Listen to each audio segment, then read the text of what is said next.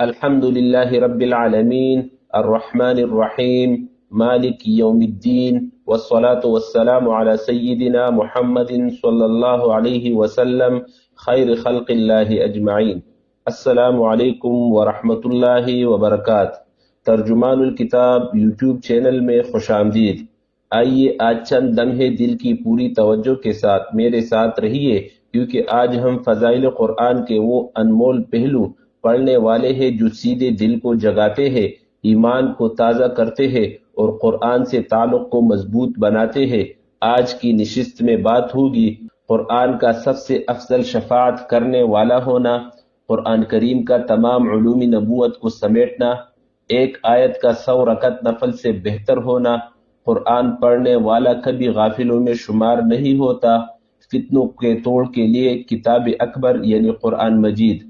اب میں کتاب فضائل اعمال یعنی فضائل قرآن سے اصل عبارت آپ کے سامنے پیش کر رہا ہوں. آپ دل کی پوری توجہ میرے ساتھ رکھیے.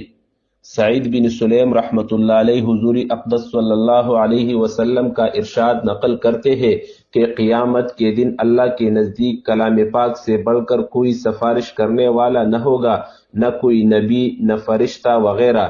سعید بن سلیم رحمۃ اللہ علیہ حضور اقدس صلی اللہ علیہ وسلم کا ارشاد نقل کرتے ہیں کہ قیامت کے دن اللہ کے نزدیک کلام پاک سے بڑھ کر کوئی سفارش کرنے والا نہ ہوگا، نہ کوئی نبی، نہ فرشتہ وغیرہ. کلام اللہ شریف کا شفیع اور اس درجے کا شفیع ہونا جس کی شفاعت مقبول ہے اور بھی متعدد روایات سے معلوم ہو چکا. حق تعالی شانہ اپنے فضل سے میرے اور تمہارے لیے اس کو شفیع بنا دے، نہ کہ فریق مخالف اور مدعی. لالی مصنوعہ میں بزار کی روایت سے نقل کیا ہے اور وضع کا حکم بھی اس پر نہیں لگایا کہ جب آدمی مرتا ہے تو اس کے گھر کے لوگ تجہیز و تکفین میں مشغول ہوتے ہیں اور اس کے سرحانے نہایت حسین و جمیل صورت میں ایک شخص ہوتا ہے. جب کفن دیا جاتا ہے تو وہ شخص کفن کے اور سینہ کے درمیان ہوتا ہے.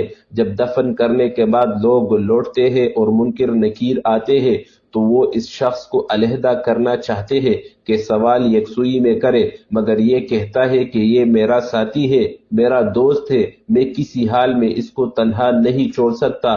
تم سوالات کے اگر مامور ہو تو اپنا کام کرو، میں اس وقت تک اس سے جدا نہیں ہو سکتا کہ جنت میں داخل کراؤ. اس کے بعد وہ اپنے ساتھی کی طرف متوجہ ہو کر کہتا ہے کہ میں ہی وہ قرآن ہوں جس کو تو کبھی بلند پڑھتا تھا اور کبھی آہستہ. تو بے فکر رہ، منکر نکیر کے سوالات کے بعد تجھے کوئی غم نہیں ہے. اس کے بعد جب وہ اپنے سوالات سے فارغ ہو جاتے ہیں تو یہ ملائی اعلیٰ سے بستر وغیرہ کا انتظام کرتا ہے جو ریشم کا ہوتا ہے اور اس کے درمیان مشک بھرا ہوا ہوتا ہے.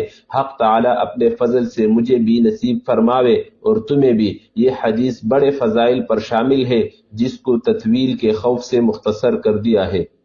عبداللہ بن عمر رضی اللہ عنہ نے حضور اقدس صلی اللہ علیہ وسلم کا ارشاد نقل کیا ہے کہ جس شخص نے کلام اللہ شریف پڑھا اس نے علوم نبوت کو اپنی پسلیوں کے درمیان لے لیا، گو اس کی طرف وحی نہیں بھیجی جاتی. حامل قرآن کے لیے مناسب نہیں کہ غصہ والوں کے ساتھ غصہ کرے یا جاہلوں کے ساتھ جہالت کرے، حالانکہ اس کے پیٹ میں اللہ کا کلام ہے.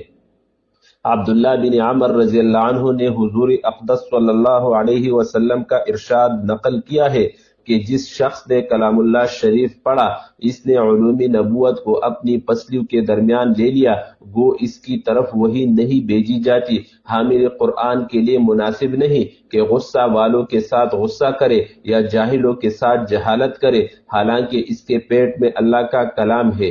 چونکہ وحی کا سلسلہ نبی کریم صلی اللہ علیہ وسلم کے بعد ختم ہو گیا اس لیے وحی تو اب آ نہیں سکتی، لیکن چونکہ یہ حق سبحانہ و تقدس کا پاک کلام ہے اس لیے علم نبوت ہونے میں کیا تعامل ہے. اور جب کوئی شخص علوم نبوت سے نوازا جاوے تو نہایت ہی ضروری ہے کہ اس کے مناسب بہترین اخلاق پیدا کرے اور برے اخلاق سے احتراز کرے. فضیل بن عیاض رحمۃ اللہ علیہ کہتے ہیں کہ حافظ قرآن اسلام کا جھنڈا اٹھانے والا ہے، اس کے لیے مناسب نہیں کہ لہو لعب میں لگنے والوں میں لگ جاوے یا غافلین میں شریک ہو جاوے یا بیکار لوگوں میں داخل ہو جاوے. ابن عمر رضی اللہ عنہما حضور اقدس صلی اللہ علیہ وسلم کا ارشاد نقل کرتے ہیں کہ 3 آدمی ایسے ہیں جن کو قیامت کا خوف دامنگیر نہ ہوگا، نہ ان کو حساب کتاب دینا پڑے گا، اتنے مخلوق اپنے حساب کتاب سے فارغ ہو وہ مشک کے ٹھیلوں پر تفریح کریں گے۔ ایک وہ شخص جس نے اللہ کے واسطے قرآن شریف پڑھا اور امامت کی، اس طرح پر کہ مقتدی اس سے راضی رہے۔ دوسرا وہ شخص جو لوگوں کو نماز کے لیے بلاتا ہو صرف اللہ کے واسطے۔ تیسرا وہ شخص جو اپنے مالک سے بھی اچھا معاملہ رکھے اور اپنے ماتحتوں سے بھی۔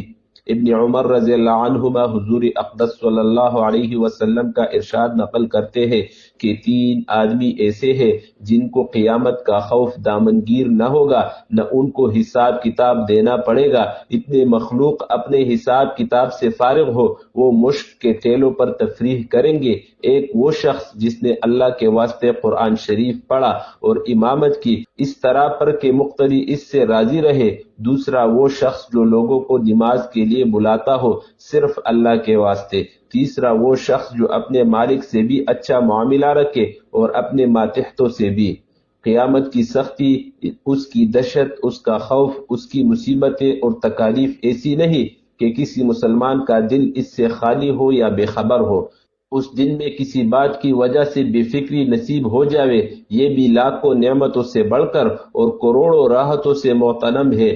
پھر اس کے ساتھ اگر تفریح اور تنعم بھی نصیب ہو جاوے تو خوشا نصیب اس شخص کے جس کو یہ میسر ہو، اور بربادی و خسران ہے ان بے حصوں کے لیے جو اس کو لغو بیکار اور اضاعت وقت سمجھتے ہیں۔ معجم کبیر میں اس حدیث شریف کے شروع میں روایت کرنے والے صحابی عبداللہ بن عمر رضی اللہ عنہ میں سے نقل کیا گیا ہے کہ اگر میں نے اس حدیث کو حضور اقدس صلی اللہ علیہ وسلم سے ایک مرتبہ اور ایک مرتبہ اور ایک مرتبہ عرض 7 دفعہ یہ لفظ کہا، یعنی اگر 7 مرتبہ نہ سنا ہوتا کبھی نقل نہ کرتا۔ ابو ذر رضی اللہ عنہ کہتے ہیں کہ حضور اقدس صلی اللہ علیہ وسلم نے ارشاد فرمایا کہ اے ابو ذر، اگر تو صبح کو جا کر ایک آیت کلام اللہ شریف کی سیکھ لے تو نوافل کی 100 رکعات سے افضل ہے، اور اگر ایک باب علم کا سیکھ لے خواہ اس وقت وہ معمول بھی ہو یا نہ ہو تو 1000 رکعت نفل پڑھنے سے بہتر ہے۔ ابو ذر رضی اللہ عنہ کہتے ہیں کہ حضور اقدس صلی اللہ علیہ وسلم نے ارشاد فرمایا کہ اے ابو ذر، اگر تو صبح کو جا کر ایک آیت کلام اللہ شریف کی سیکھ لے تو نوافل کی 100 رکعات سے افضل ہے، اور اگر ایک باب علم کا سیکھ لے خواہ اس وقت وہ معمول بھی ہو یا نہ ہو تو 1000 رکعت نفل پڑھنے سے بہتر ہے۔ بہت سی احادیث اس مضمون میں وارد ہے کہ علم کا سیکھنا عبادت سے افضل ہے۔ فضائل علم میں جس قدر روایات وارد ہوئی ہے ان کا احاطہ بالخصوص اس مختصر رسالہ میں دشوار ہے۔ حضور صلی اللہ علیہ وسلم کا ارشاد ہے کہ عالم کی عابد پر فضیلت ایسی ہے جیسا کہ میری فضیلت تم میں سے ادنا شخص پر۔ ایک جگہ ارشاد ہے کہ شیطان پر ایک فقیہ 1000 عابدوں سے زیادہ سخت ہے۔ ابو ہریرہ رضی اللہ عنہ نے حضور اکرم صلی اللہ علیہ وسلم سے نقل کیا ہے کہ جو شخص 10 آیتوں کی تلاوت کسی رات میں کرے وہ اس رات میں غافلین سے شمار نہیں ہوگا۔ ابو ہریرہ رضی اللہ عنہ نے حضور اکرم صلی اللہ علیہ وسلم سے نقل کیا ہے کہ جو شخص 10 آیتوں کی تلاوت کسی رات میں کرے وہ اس رات میں غافلین سے شمار نہیں ہوگا۔ 10 آیات کی تلاوت سے جس کے پڑھنے میں چند منٹ صرف ہوتے ہیں تمام رات کی غفلت سے نکل جاتا ہے، اس سے بڑھ کر اور کیا فضیلت ہوگی۔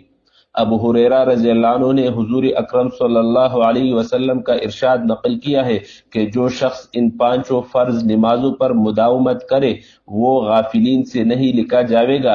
جو شخص 100 آیات کی تلاوت کسی رات میں کرے وہ اس رات میں قانتین سے لکھا جاوے گا۔ ابو ہریرہ رضی اللہ عنہ نے حضور اکرم صلی اللہ علیہ وسلم کا ارشاد نقل کیا ہے کہ جو شخص ان 5 فرض نمازوں پر مداومت کرے وہ غافلین سے نہیں لکھا جاوے گا۔ جو شخص 100 آیات کی تلاوت کسی رات میں کرے وہ اس رات میں قانتین سے لکھا جاوے گا۔ حسن بصری رحمۃ اللہ علیہ نے حضور اکرم صلی اللہ علیہ وسلم سے نقل کیا ہے کہ جو شخص 100 آیت رات کو پڑھے کلام اللہ شریف کے مطالبے سے بچ جاوے گا۔ جو 200 پڑھ لے تو اس کو رات بھر کی عبادت کا ثواب ملے گا۔ اور جو 500 سے 1000 تک پڑھ لے اس کے لیے ایک قنطار ہے۔ صحابہ رضی اللہ عنہم نے پوچھا کہ قنطار کیا ہوتا ہے؟ حضور صلی اللہ علیہ وسلم نے ارشاد فرمایا کہ 12,000 کے برابر، یعنی درہم مراد ہو یا دینار۔ حضرت ابن عباس رضی اللہ عنہما کہتے ہیں کہ حضرت جبرائیل علیہ السلام نے حضور اقدس صلی اللہ علیہ وسلم کو اطلاع دی کہ بہت سے فتنے ظاہر ہوں گے۔ حضور صلی اللہ علیہ وسلم نے دریافت فرمایا کہ ان سے خلاصی کی کیا صورت ہے؟ انہوں نے کہا کہ قرآن شریف۔ حضرت ابن عباس رضی اللہ عنہما کہتے ہیں کہ حضرت جبرائیل علیہ السلام نے حضور اقدس صلی اللہ علیہ وسلم کو اطلاع دی کہ بہت سے فتنے ظاہر ہوں گے۔ حضور صلی اللہ علیہ وسلم نے دریافت فرمایا کہ ان سے خلاصی کی کیا صورت ہے؟ انہوں نے کہا کہ قرآن شریف۔ کتاب اللہ پر عمل بھی فتنوں سے بچنے کا کفیل ہے، اور اس کی تلاوت کی برکت بھی فتنوں سے خلاصی کا سبب ہے۔ حدیث نمبر 22 میں گزر چکا کہ جس گھر میں کلام پاک کی تلاوت کی جاتی ہے، سکینہ اور رحمت اس گھر میں نازل ہوتی ہے اور شیاطین اس گھر سے نکل جاتے ہیں۔ فتنوں سے مراد خروج دجال، فتنہ تاتار وغیرہ علماء نے بتلائے ہیں۔ حضرت علی کرم اللہ وجہہ سے بھی ایک طویل روایت میں حدیث بالا کا مضمون وارد ہوا ہے کہ حضرت علی رضی اللہ عنہ کی روایت میں وارد ہے کہ حضرت یحییٰ علیہ السلام نے بنی اسرائیل سے کہا کہ حق تعالی شانہ تم کو اپنے کلام کے پڑھنے کا حکم فرماتا ہے، اور اس کی مثال ایسی ہے کہ جیسے کوئی قوم اپنے قلعہ میں محفوظ ہو اور وہ اس کی طرف کوئی دشمن متوجہ ہو کہ جس جانب سے بھی وہ حملہ کرنا چاہے اسی جانب میں اللہ کے کلام کو اس کا محافظ پاوے گا اور وہ اس دشمن کو دفع کر دے گا۔ اللہم اجعل القرآن ربیع قلوبنا ونور صدورنا وجلاء احزاننا وذهاب همومنا اللہم فقہنا فی الدین وارزقنا تلاوته آناء اللیل واطراف النہار۔ اے اللہ ہمارے دلوں کو قرآن کا نور عطا فرما، ہمیں قرآن کی سمجھ، محبت اور عمل کا رزق عطا فرما، ہمارے گھروں، خاندانوں اور زندگیوں میں قرآن کو رحمت، راحت اور برکت بنا دے، آمین یا رب العالمین۔ آج کا سوال: آپ روزانہ قرآن پاک کی کتنی آیات تلاوت کرنے کی کوشش کرتے ہیں؟ اپنا کمنٹ جواب میں ضرور لکھیے، اور اگر ویڈیو پسند آئے تو لائک، شیئر اور کمنٹ کیجیے۔ ترجمان الکتاب کو سبسکرائب کرنا ہرگز مت بھولیے، کیونکہ آئندہ ویڈیو میں ہم قرآن پاک کی برکات و فضائل آپ کے سامنے پیش کریں گے۔ جزاکم اللہ خیرہ، والسلام علیکم ورحمۃ اللہ وبرکاتہ۔